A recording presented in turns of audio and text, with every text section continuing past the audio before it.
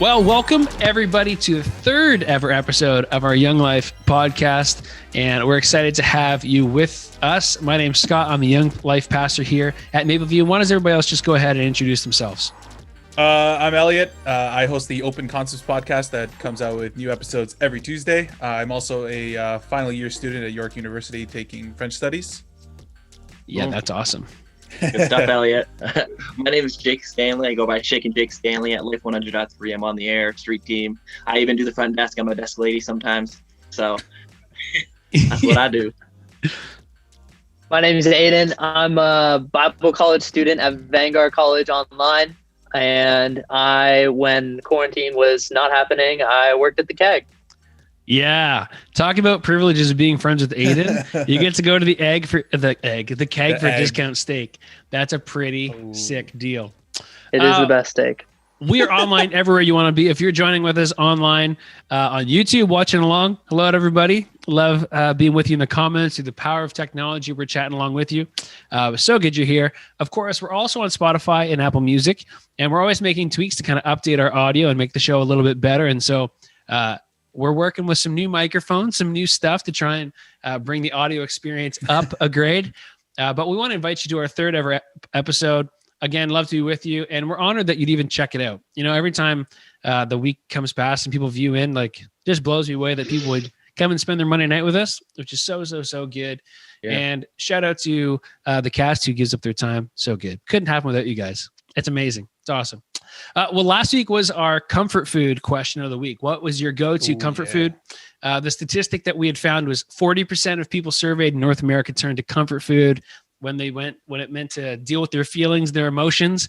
And so here are some of the results that we got. Jillian Wilson talking about pizza. Are we have pizza people in here? Always pizza. Yeah, it's the classic. It's great.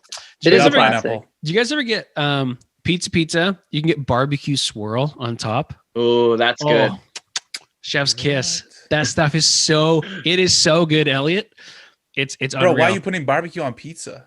You don't replace the tomato sauce. You just add it on top. Oh, okay. It's besides the sounds point. appealing.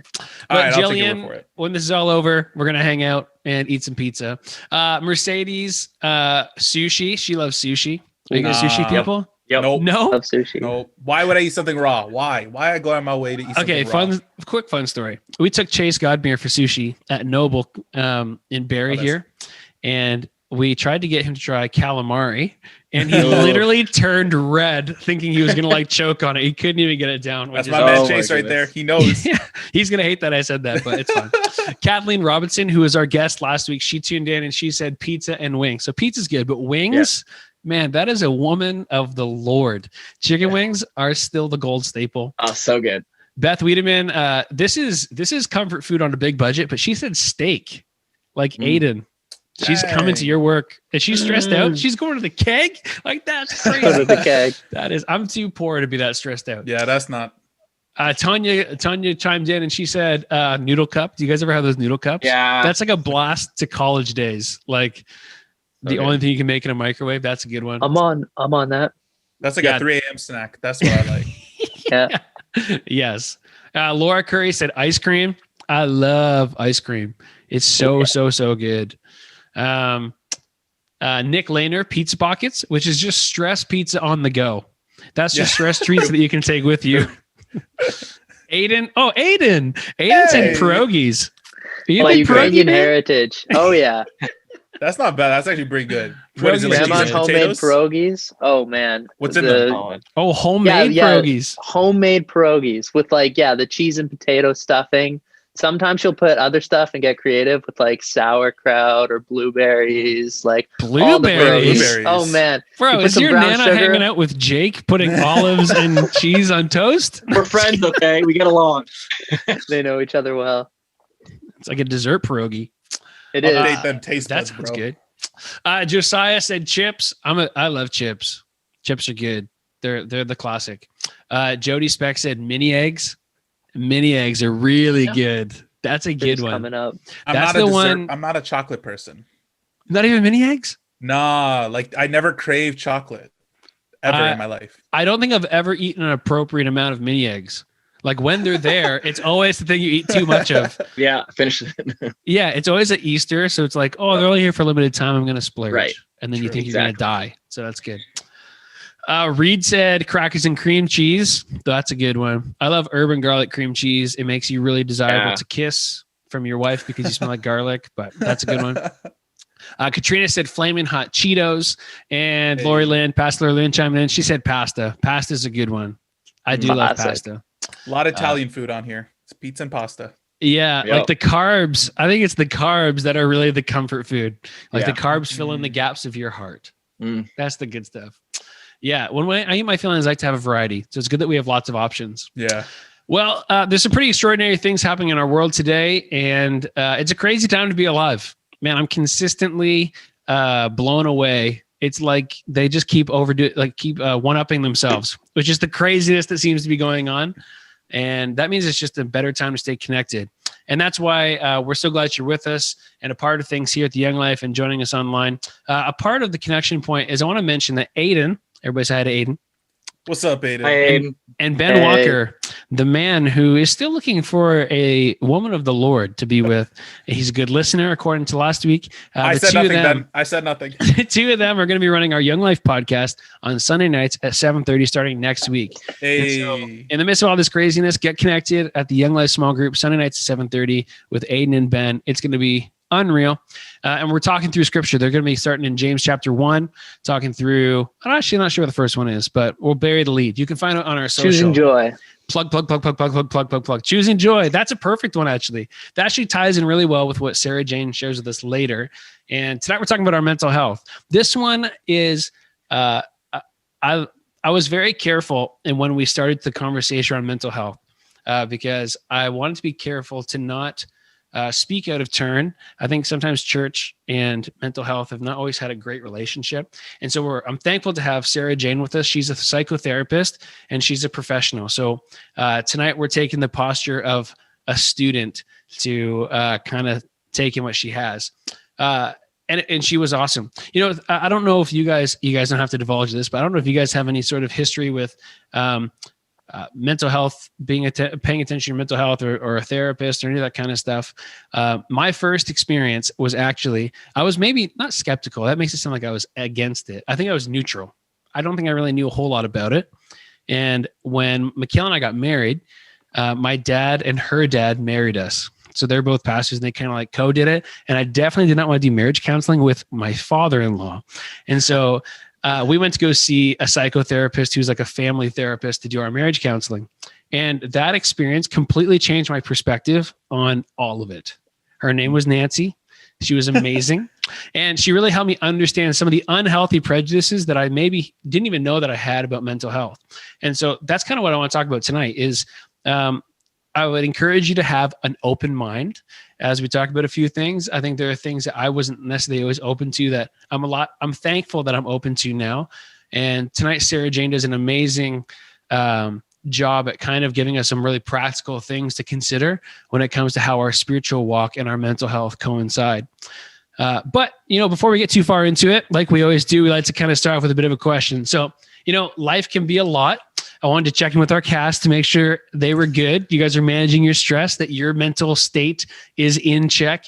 And so we talked about processing emotion, and we talked about how we might go somewhere to, eat our feelings, whatever it might be. What do you guys do to manage your stress? Like when you have a lot to process in your brain, not necessarily emotional, but just like the circumstance of the day. Are you guys introverted? Are you extroverted? For example, I like to go for drives. If I really get a lot on my mind, you put some of that like Nouveau Armor on in your car and it's like the really instrumental indie ambient sounding and you just go for a drive and you introspective. What about you guys? What do you guys do?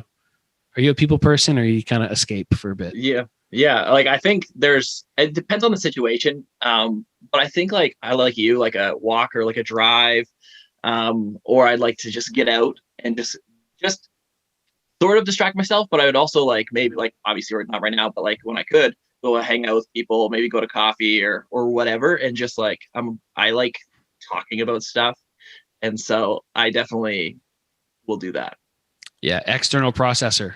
Yeah, yeah, I get that. For me, I need something like because if I need to use my brain power to process something, I need something the complete opposite, something completely mindless and doesn't require my attention. So that's either watching like stupid reality TV. Like, listen, don't get me wrong, Jersey Shore is mad trash, but it is very entertaining. It is very entertaining. I live vicariously through them.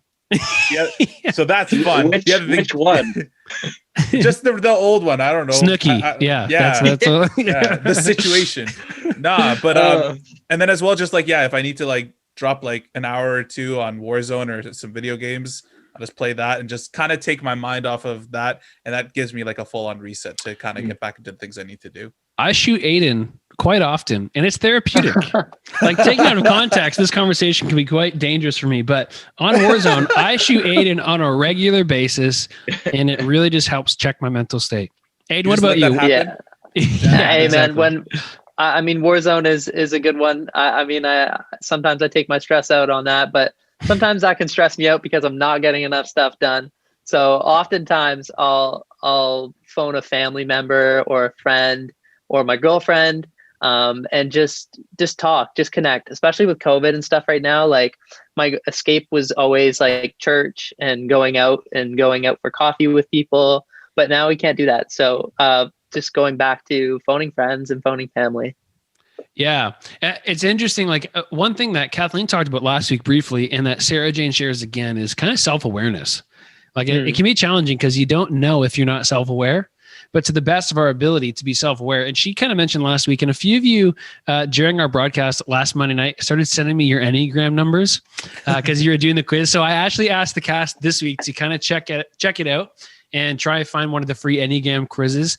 And if they're cool with it, to share their Enneagram numbers. Did you guys do your quiz? How'd it go? Did it go well? Yeah, I was hesitant. I was hesitant, but I did it. Yeah. Yeah, it's not gospel. I feel like the disclaimer is the tendency with Christian young adults is that they take it way too far. It's just a tool. And I like it as a tool to help bring some perspective and clarity and some self-awareness to some of the things in our life, and maybe why we process things the way we do, or what maybe some of our motivations are behind some of our behaviors. Did you guys find that when you guys read your thing? Did you read it and you're like, someone's been reading my emails? Yeah. Like, yeah. They're listening. Yeah, that's a crazy spot. What was your Enneagram numbers, if you don't mind sharing with people? 2. I got 8. 2 is the helper. I got a 7. 8's the challenger, and 7 is the enthusiast. And mine is 3, which is the achiever. And so there's one thing is that there's characteristics of all of these in all of us. Like, sometimes people like to go, well, kind of what we said with Kathleen last week, to be like, oh, I'm a 3, so I don't do the things that 6s do, or whatever it might be. Mm-hmm. That's not really the intent behind the tool. But I do think that tools like that and other kind of personality tests, they help bring some self-awareness. I love my Enneagram stuff, because there's been a few times that I've read it and been like, man, I don't think I've ever actually said that out loud, but sometimes I do think like that. Or if I was going to be really honest with myself, it's like, oh man, yeah, I've definitely, my headspace has definitely been there. Yeah. And, tonight, as we kind of jump into talking about mental health, our emotional health is very much about understanding our feelings, being vulnerable and authentic with how we feel and our emotions, being able to process that. But kind of like the Enneagram in certain ways, tonight, we're talking about that inner dialogue, like that voice that we speak to ourselves, and that we think about ourselves and how we process and internally process some of the stresses and behaviors in our life, and the mental toll that it can take. So again, I'm really excited that Sarah Jane's with us. And if you guys want to check out your Enneagram numbers, that'd be awesome at home. These guys maybe reluctantly did it, but I'm glad they did. I think it's a good tool. It was good. It was good. Yeah. It was. Yeah, it was a party. Us and all the white girl Christians, that's who are doing their Enneagram, but I think it's pretty 100%. awesome. Well, we have our TWILE download coming up right now, and so why don't you check it out? And then we're joined by Sarah Jane Fulton, a psychotherapist, going to give us a little bit of insight on our mental health and our relationship with Jesus. Why don't you check it out right now?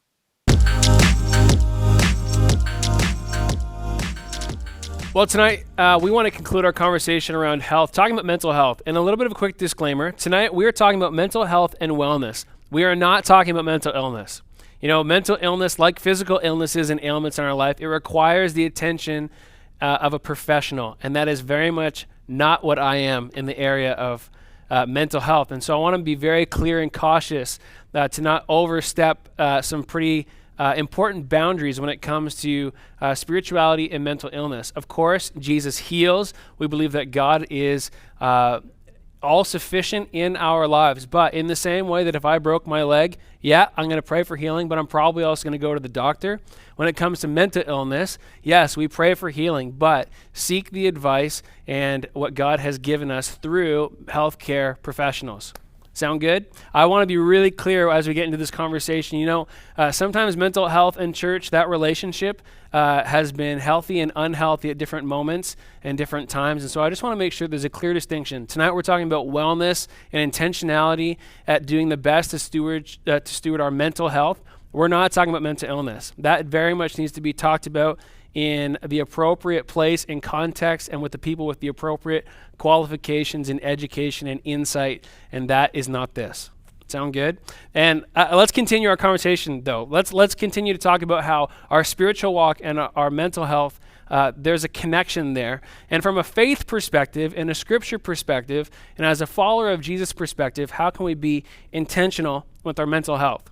Just to lay the groundwork tonight, I want to use the World Health Organization's definition of mental health. This is what they say. Mental health is a state of well-being in which an individual realizes his or her own abilities, can cope with the normal stresses of life, and can work productively, and is able to make a contribution to his or her community. It is essentially how we process that inner dialogue.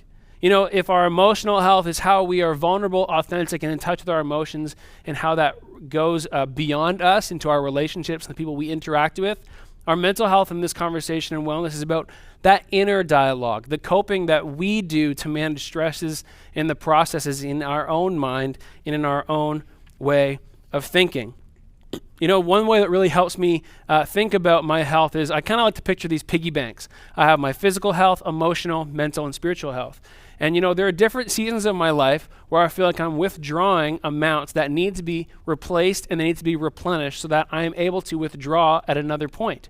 And, you know, similar to a bank account, there's only so many times you can withdraw before there's nothing left to take from that piggy bank. And, you know, health and wellness in our life works in the same way. And what I've found in this current season is that in lockdowns and the frustrations and all the things that come along with that, life feels like it's costing a little bit more, especially in the area of that mental health piggy bank. And so we want to be intentional to be recharging, renewing, and refreshing ourselves so we can be the best of our ability for the best of God's possibilities. Something we've said a lot over the course of this series.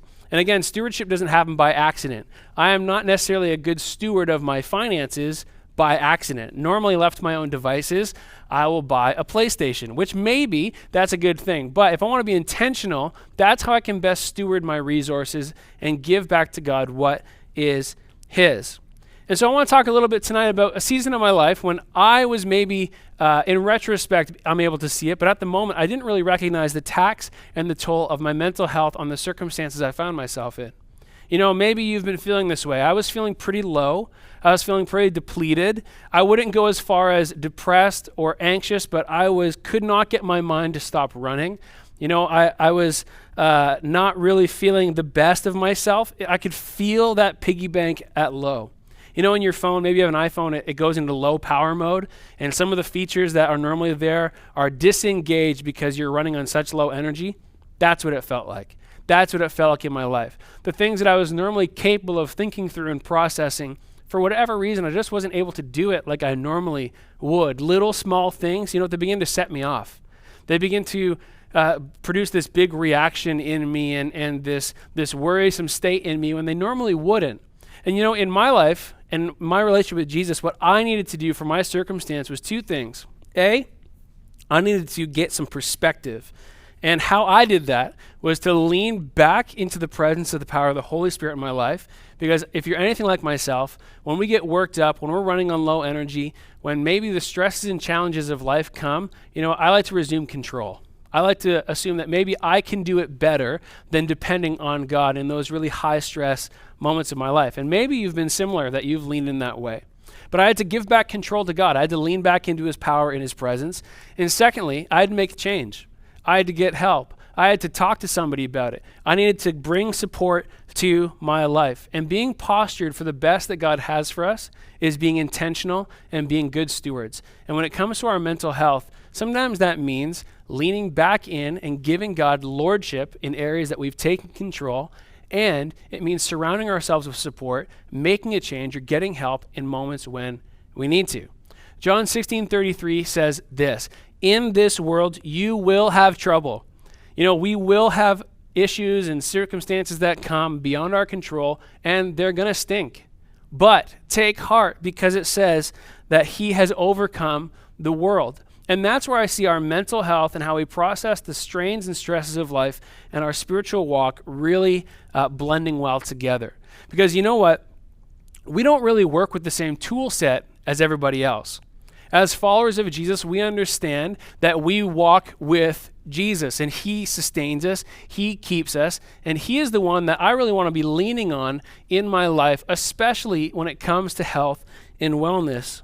I kind of get this perspective and a better understanding of who I am and who I'm not when I lean into the power and presence of God. Because in moments when I've lost that perspective of who Jesus is in my life, I begin to define myself rather than allow Jesus to define me and listening to what he says about me.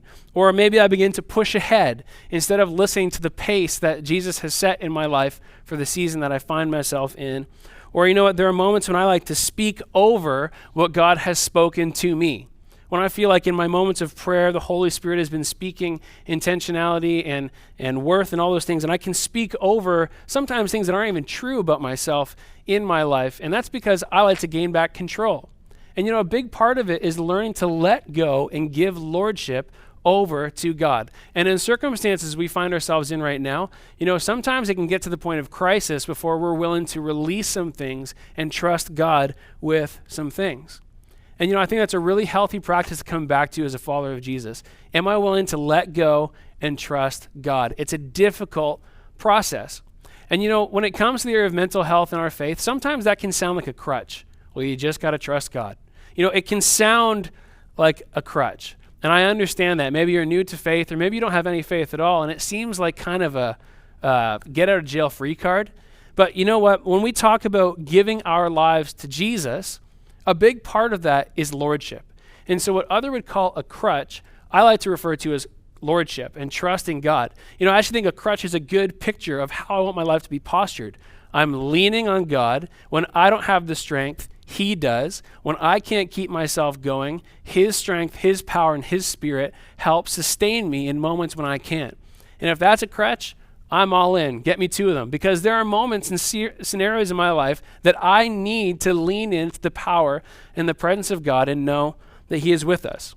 It reminds me of Joseph in the Bible. Joseph's got this crazy story that God gives him this promise that he is going to rule and he's going to have this position and power of this position of leadership over his family, and it's just this image that God gives where these wheat are bowing down to him. The sun, moon, and stars come around him. You can check it out in Genesis 37. It's an awesome story. But Joseph's life does not necessarily go according to plan, at least I would say, for someone who is just given a promise that he was going to lead and be a leader.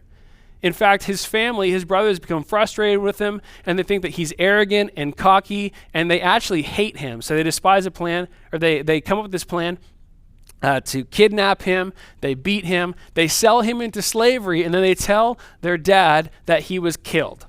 Talk about dysfunction. This is like beyond Jersey Shore reality TV dysfunction. This is like traumatic moments in Joseph's life that he was betrayed by his family. He's then sold to Potiphar, the captain of the guard in Egypt, to which there are some, Potiphar's wife is really into Joseph. How about we leave it at that? And she is making these passes on him, and he's trying to resist her. And at one point, it gets to the moment where Joseph literally has to flee out of the house away from her to escape her as to not compromise himself. But Potiphar's wife, having the last word, accuses him of forcing himself upon her in her shame and her embarrassment of what had happened. And it says that Joseph is convicted and he's thrown in prison. In prison, he's kind of forgotten about. I'm sure there are days in Joseph's life he goes, God, you said I was going to be a leader, and now I am sitting in a jail cell, falsely accused, sold into slavery, beaten and betrayed by my family. God, what's going on? Until he meets the cupbearer and the baker who come, and he interprets dreams for them, and then in turn says, hey, when you go back to Pharaoh and you're released, can you put in a good word for me? There's this promise that God has given me. I'm sure through his thought process, he goes, maybe this is how God is going to redeem my situation. And yet, Scripture tells us for 2 years, Joseph was forgotten about in that jail cell.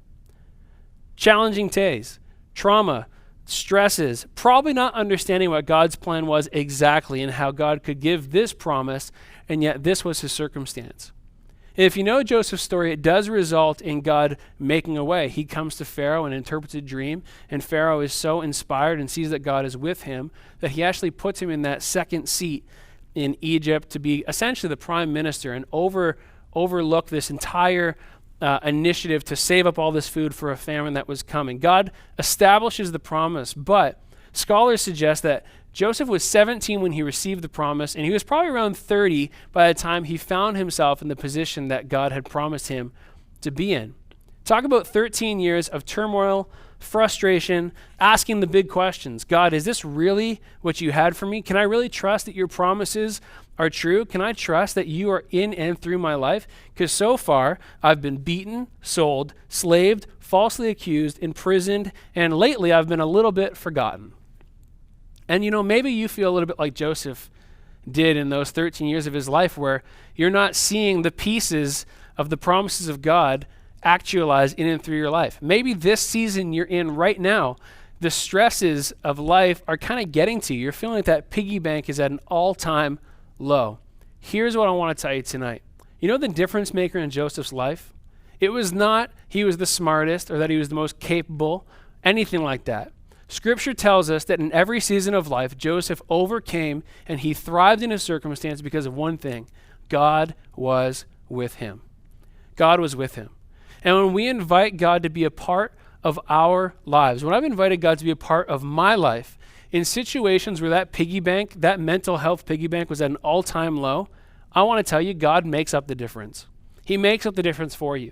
He sustains you. As we lean into him, he props me up in moments where I feel like I have nothing left to give. And so as we're talking about mental health from the perspective of our spiritual walk, understand that we can be intentional. And we're going to talk with Sarah Jane in this next segment of some practical ways we can be mindful and intentional about our mental health.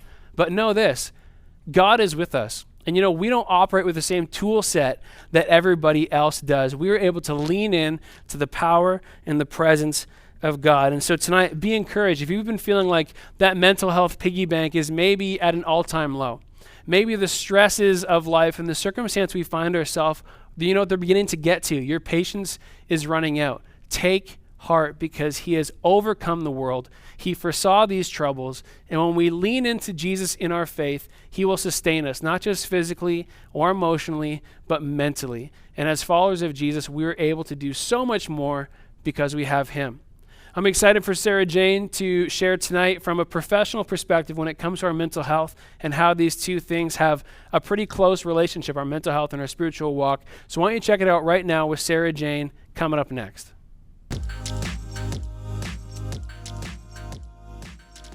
Well, tonight we're excited to have Sarah Jane with us. Sarah Jane is my sister-in-law. She's also a therapist. Sarah Jane, why don't you tell everybody a little bit about yourself before we kind of get into talking about mental health? Yeah, sure. Well, thanks for having me, first of all. Like Scott said, we're family. We share a lot of Fultons. And yes, I'm a psychotherapist. I work for a private practice called Life Care Centers in the Durham area. I've been doing that for 4 or 5 years now.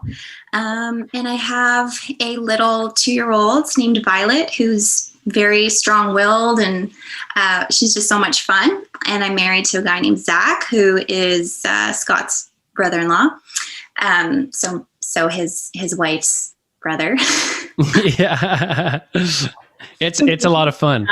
Christmas is great. It's awesome. Yeah. Well, we wanted to bring on Sarah Jane because we wanted to get a professional perspective when we're talking about mental health and kind of draw a line in the sand, if you will, between mental health and wellness and mental illness. I think that mental health is such a large topic. Like the scope is huge. And, just like a physical ailment, if there was a physical illness, you need to go see a professional who has studied and trained and know what they're doing. And in the same way, what we're not talking about tonight is mental illness in that way. Like, I think that's a conversation and a discussion best left to someone like yourself in a more private setting. What tonight we want to kind of talk about is overall mental wellness and well-being, that we are made up of these three cores. We're physical, we're emotional, who have mental health, and we're spiritual. And so we want to be intentional in all those areas. What we've been talking about lately is we want to be good stewards of what God has given us. And that health is not just a matter of wellness, but stewardship in our life. And that comes down to our mental health as well, whether we're cognizant of that or not, whether it's something we thought about a lot, or maybe we haven't thought about it at all. Tonight, I think we're all going to take the posture of a student to say maybe our eyes and ears can be open to new things and maybe a new way of looking at ourselves and a new way of looking at our relationship with Jesus. To kind of give a bit of a framework, we talked about it in our last segment, but mental health, according to the World Health Organization, I think there's a really helpful definition to help set the stage for what we're talking about tonight. Mental health is a state of well-being in which an individual realizes his or her own abilities, can cope with the normal stresses of life, can work productively, and is able to make a contribution to his or her community. It seems like it's a lot about our ability, our understanding of ourself, how we manage circumstances in life. And they use the word productivity, but I like the word fruitfulness. Maybe that's more of a faith-based word, the fruits of this, whatever it might be.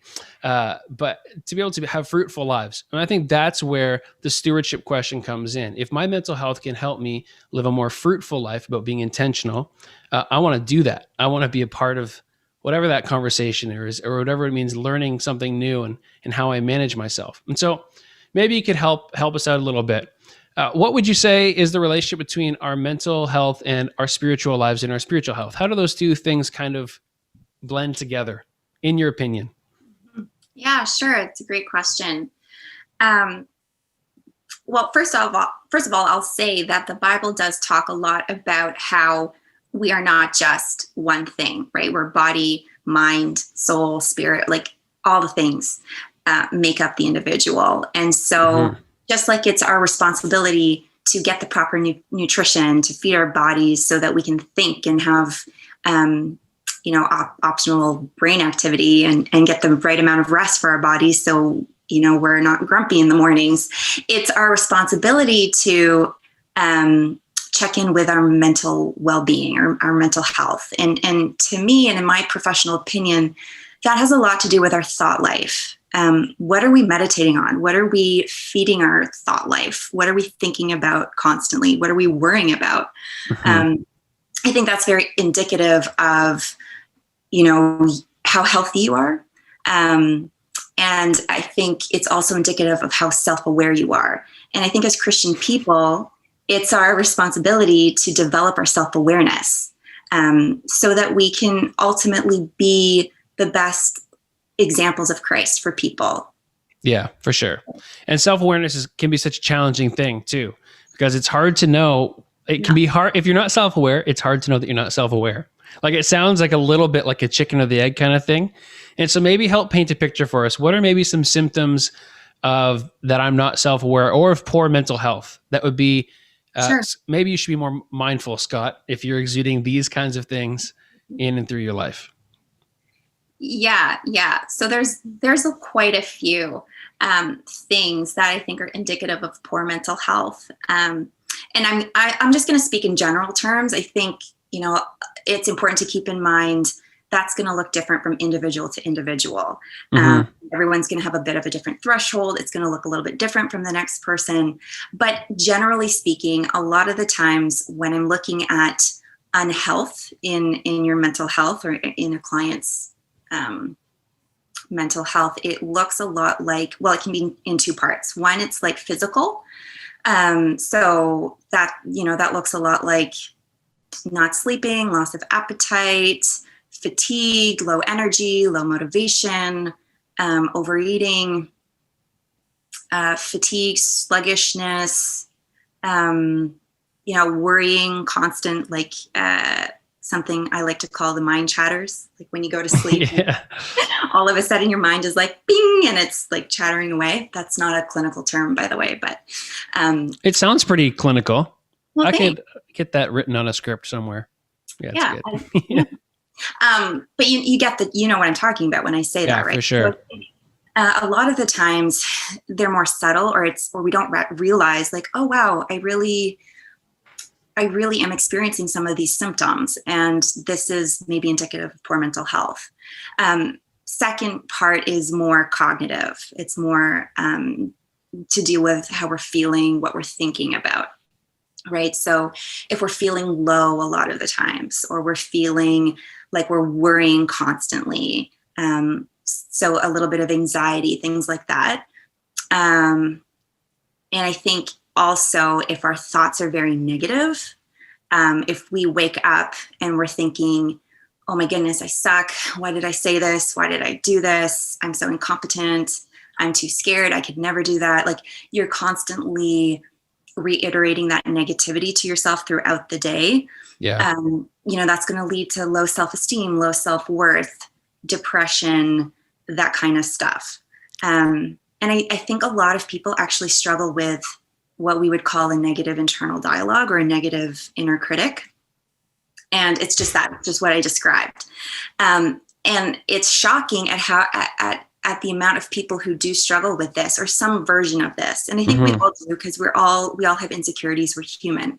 And if you don't struggle with this at all, then I think you're in denial. Yeah. So this is relevant for all of you. Basically.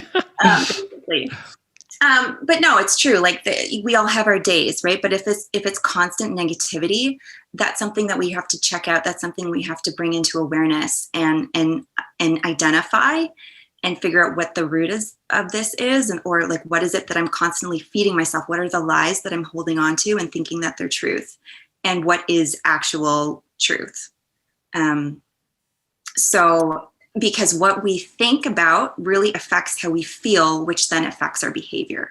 Mm-hmm. So if you are not keeping your thought life in check, if it's negative, if it's full of lies, if it's full of cognitive distortions, or really intrusive thoughts, negative things, that's going to be reflected in the way you feel about yourself, or the way you feel in general. And that's going to be very apparent in your behavior. Well, and that's a big part of it. Like, I think at the moment, as and we're at the time of recording this, we're in our second lockdown in Ontario here, and it's very challenging for people. There's loss. There's people frustrated, confused, don't know what the best solution is, not sure what their place in all this is. Like, there's just so much more to the internal dialogue and processing of trying to understand the situation that we find ourselves in. And so I could see for a lot of people, at least what we're hearing, at least through the Young Life, is people maybe experiencing some of the things that you're talking about, maybe for the first time, or for the first time at a level in their life than they ever have before.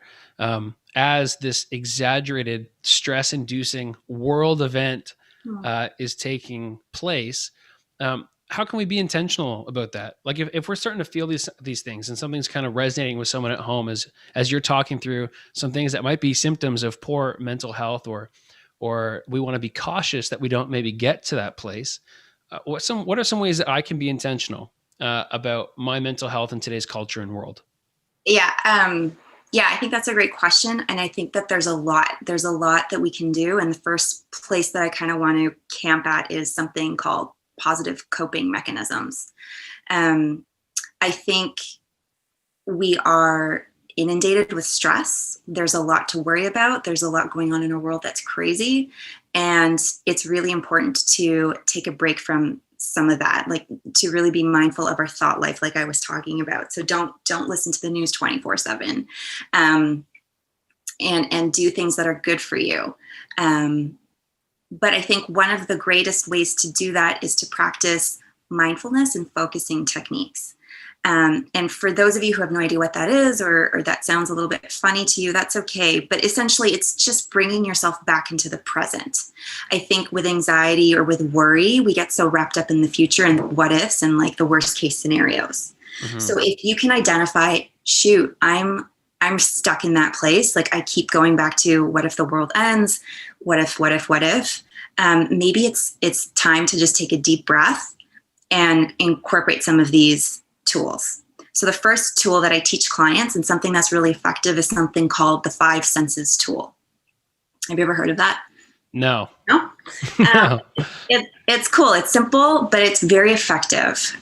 So basically, you're going to look at your room or the current place that you find yourself in, and you're going to try to identify 5 things you see, 4 things you hear, 3 things you smell, 2 things you can touch, and 1 thing you can taste. Right? And that's all you're doing for that 30 seconds or for that 2 minutes. And it pulls you out of the mind vortex back into, okay, I'm here in this reality. This is my present. I'm okay. Like, the world isn't falling apart. I can touch these things. Like, it just kind of brings you back into reality. Because when we're in a heightened state, our amygdala, the part in our brain, is being hijacked, and we're going into fight or flight. And our body is releasing cortisol, and it's causing us to be in this very amplified state of mind.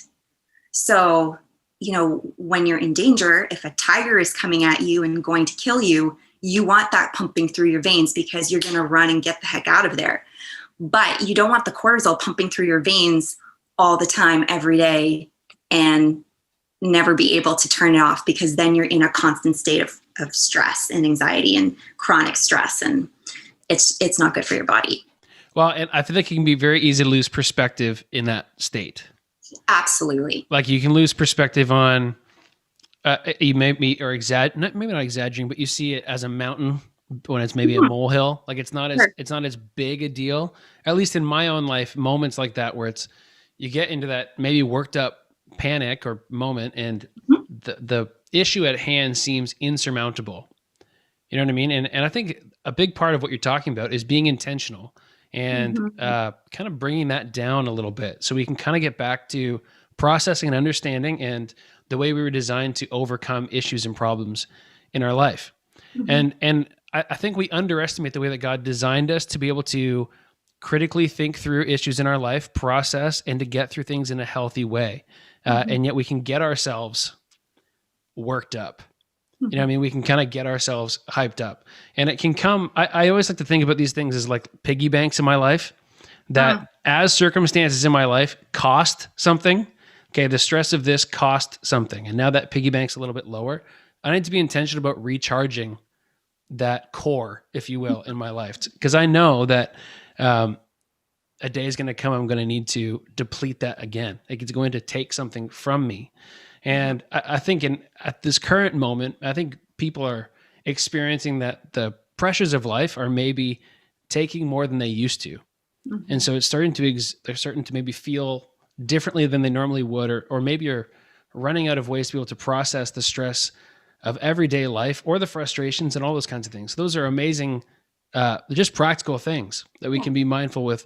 Breathing exercises. I'm down for the 5 senses. Really looking forward to the taste one. That's going to be great. Unreal. But they are good things. All the jokes aside, they're amazing ways to just kind of bring ourselves back to the moment that we're in. And I think as believers, a big part of that is to come back to the place of understanding we believe that God is in control and that he is sovereign and that we give him lordship. And I think when you're talking about that fight or flight moment, we can lose perspective on our place, at least from a faith perspective, on what that God's in control. And the stresses and the distractions of life and all those things that come, they can rob us of the security that we have in kind of handing over lordship to Jesus. Yeah. And I think we don't really operate with the same tool set as everybody else because we have this faith that reminds us that we are not our own. Oh my goodness, totally. Like we're not like, it's not just Scott trying to figure it out and process it on his own. We were talking about Joseph in our Young Life download and talking about how in his life, he's a great example to me of someone who remains consistent, even though there's like dramatic things that happen in his life. God gives him this promise, and he's sold into slavery. He's accused of all sorts of naughty things with Potiphar's wife. He is thrown in prison. He's forgotten about in prison. And there's this moment of 13 years of his life where he thought it was going to go one way, and yet nothing was going the way that he thought that God said. And I think in the similar way, we can be in a place of life where we know the promises that God's saying to us, but it can be hard to see them and actualize them in our life. And it can be discouraging. And so, we believe that God is the author of our life, that he holds us in his hand. He doesn't leave us or forsake us. And when we're in a place where maybe our emotional health is low and maybe we're losing perspective on who God says he is in our life and his ability to carry us through, and that he is Lord over all, even when these things happen that are unprecedented like they are now, and maybe it's taxing on our mental health, what are some ways that we can be, as believers, intentional about our mental health? Like, how can we bring the spiritual into our reality when it comes to our mental health? What are some ways we can do that? Yeah, I love that question. And I love speaking to a group of believers because it's so empowering when you realize, like you said, this is not just the average person with the average tools. Like, you have a whole faith to draw strength from, right? And not just an empty faith, like very much an alive faith with so much resources, so many promises. So remember earlier on, as I was talking about that negative internal script, that inner critic, it's really important to then flip that switch and to start speaking truth over yourself. Start remembering God's promises. Start remembering your identity in Christ, I think, is key for the Christian who's really trying to be good about their mental health, good about what they're feeding their thought life, good about what they're thinking about themselves. You are fearfully and wonderfully created. There's just so many promises in the Bible. You're God's daughter, you're God's son. Like, that's huge. And you have intrinsic worth just because you are who you are. Yeah. Right. And I think when we start to really meditate on that, that affects how we think, which affects how we feel, which affects our behavior. So if you struggle with this, or if you are, going through the fatigue of life, or you're kind of, struggling or worrying or down on yourself, bring yourself back to scripture, spend time in the word, spend time talking to God, but also something very practical, like writing out those scripture references, writing out the truth of who you really are, what you can hold on to, what's tangible to you. And the more of your five senses that you can incorporate into that, the faster you're going to internalize that truth, right? So I mean, like, if you're artistic, write it out on cardboard and put it all over your house, put it in your bathroom mirror, put it in your car, speak it out loud over yourself. Look at yourself in the mirror and say those things to yourself. Or, and the more you hear yourself talking positively about yourself, and the more truth that you're taking in, the faster it becomes internalized, and the more automatic your positive thinking becomes. Yeah. Okay? It's almost like reprogram your brain to go there. I literally you just took the words out of my mouth. I think literally what we would give me a degree. I'm in. That's awesome. That can be a therapist. But that's literally cognitive behavioral therapy that I'm describing. And it's literally rewiring the neural pathways in your brain, right? Because when it's negative, the pathway in your brain has created a crater, because that's the path, that's the type of thinking you do all the time. So it's always automatically negative. And to switch it, you're wanting your brain to go in a completely different direction. So that's going to take work. That's going to take commitment to writing it out, to speaking it out, to researching, to coming up with effective, positive coping phrases or scriptures or whatever you want to call it, and be consistent with it. And eventually your brain changes and your thoughts become more automatically positive. And that will change you. It's really important. Well, a part of the maintenance of the mental health is also to develop an attitude of gratitude. It sounds cheesy and I know it rhymes, but it works. It's very important, I think, to a healthy young person to develop that attitude of gratitude. And the Bible speaks on this, speaks a lot about gratitude and humility and thankfulness. And And, if that doesn't do it for you, I know that there's studies coming out of Harvard where a couple of professors have done research with their students and noticed that the more gratitude students display, the happier they are. When you wake up in the morning and you can identify 5 to 10 things you're thankful for. It's really hard to be negative. It's really hard to be low. It's really hard to have a negative mindset because you're humbling yourself and you're reframing your situation. You're developing perspective. And that's what gratitude does for a person. And I recommend like a gratitude journal. I recommend just coming up with things you're grateful for. Like, I think those are wonderful exercises to help keep that part of you thriving. And the other thing I will say, especially for young people, especially for young adults, I think we come from a generation and a culture that is very self-absorbed. We are self-obsessed. And we worry about ourselves. We think about ourselves. We're constantly checking in about ourselves and, what's wrong or what's right or what's good, what's bad, what are we entitled to? What are we not getting? Like, it's all about me. And it creates such a culture of selfishness, which is the exact opposite of who we're called to be. So that's the exact opposite of being Christ-like, right? And so I think to combat this is to be others focused. Try to be others focused in some way, shape, or form in your life. Whether that's like reaching out to a friend, sending an encouraging message, texting somebody you haven't talked to in a while, sending somebody a scripture verse, or sending that new mom a care package, or taking the little old lady down the street grocery shopping because she can't. Like, think about somebody else other than yourself in your day. And this will not only be good for those people in your life and in your community, but it establishes a sense of purposeness and accomplishment, which in turn makes you feel good about yourself. And I think that's very good for your mental health too. Well, thank you, Sarah Jane, for joining us tonight. And we really wanted to get a professional perspective on how we can better ourselves. And we love that you're also a believer. Like, that's huge. And we want to make sure that our worldview and how we understand ourselves is done through the lens of how Jesus sees us and how God has made us. And so we really appreciate that. And for everybody at home, I hope you're taking notes. Watch back again, maybe write down a few things we can do to be mindful of our mental health and really be the best of ourselves so we can be the best for what God has made us to do. That sound good? Well, we're going to kick it back to the cast. Why don't you check it out? Coming up right now.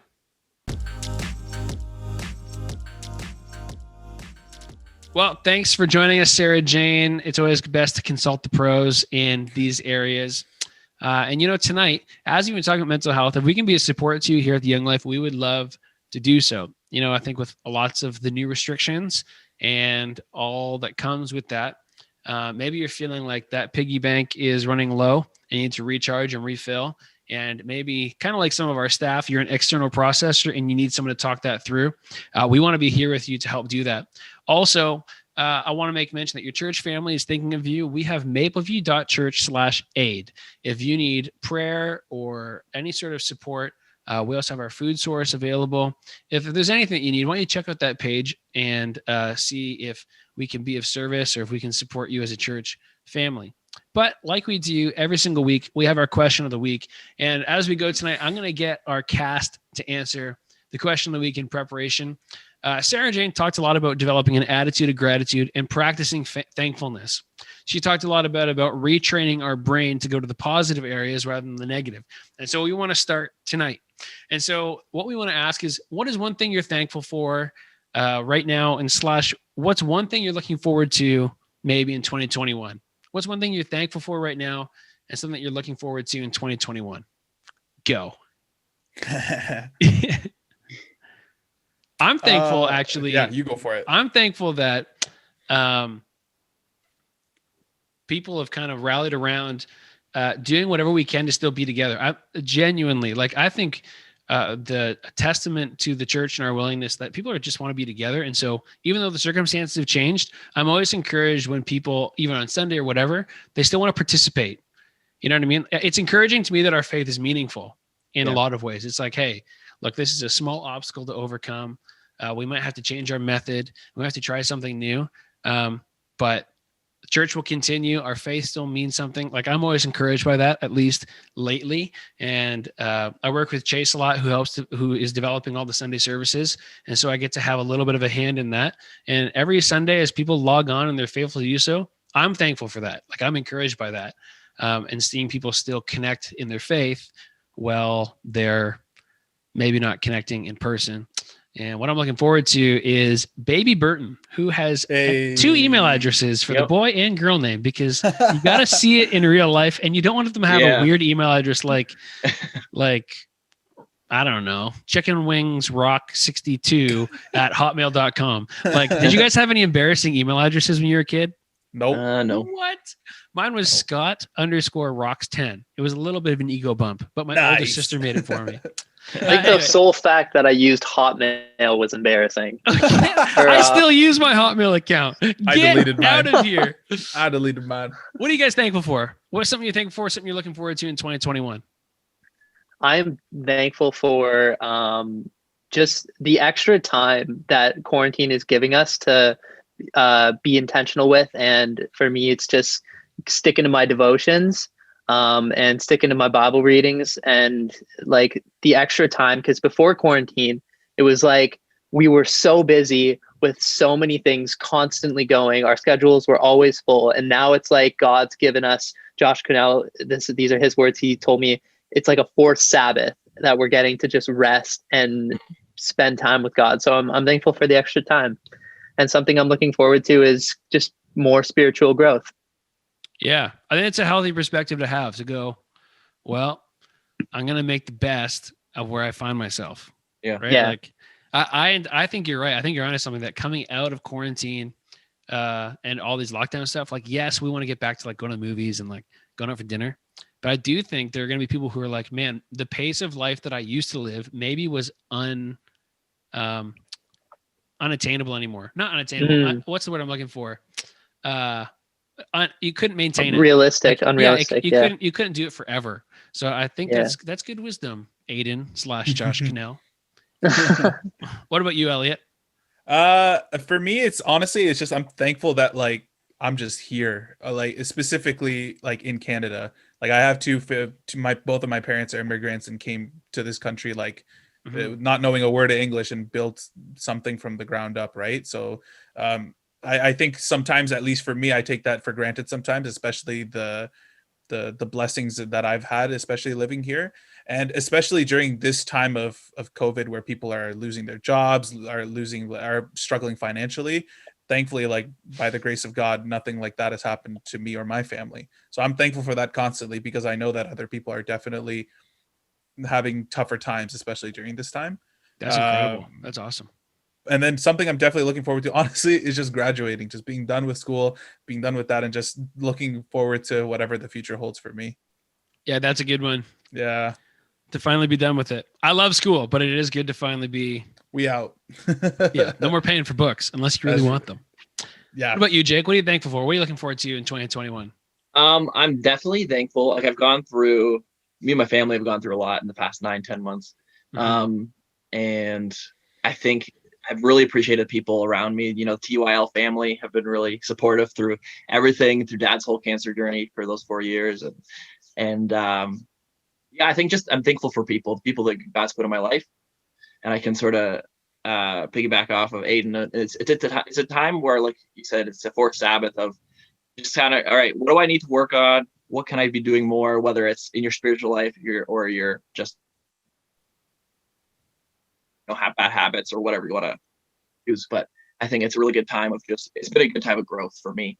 And for 2021, I am like just sort of keep on backpacking off of you, Aiden, there, but a spiritual growth. That's all good. And I really do want to continue to grow. And I think that's something that we'll never stop learning. We'll never stop growing in our walk with God if we choose to. Yeah. And so that's what I'm looking forward to do. And just see where God's going to take this year. Yeah, that's awesome. Well, we want to hear from you. What are you thankful for, or what are you looking forward to in 2021? As we're talking about spiritual growth and being intentional, and kind of what we've been talking about in stewardship and all that God's given us, I do want to make a second mention of our Young Life small group happening with Ben and Aiden That's going to be unreal. If you want to be challenged and pushed in your faith, they're going to do an amazing job. They are men of God who just want to see other people grow and be stretched in their faith. So why don't you check it out Sunday nights at 7:30, starting this Sunday night.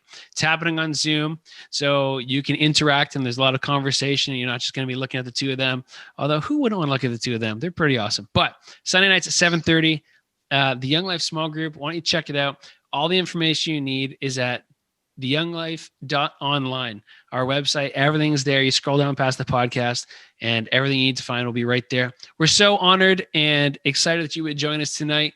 And again, if we can be a resource to you as we've kind of finished our series on health and we've talked about emotional, physical, and mental health, if we can help you out at all, we would love to. It's the honor of our life that we get to be a part of your journey to becoming more and more like Jesus. And so don't hesitate to reach out. We'd love to hear from you. Other than that, we will see you next Monday night at 7 p.m. here at the Young Life. Can't wait to be with you.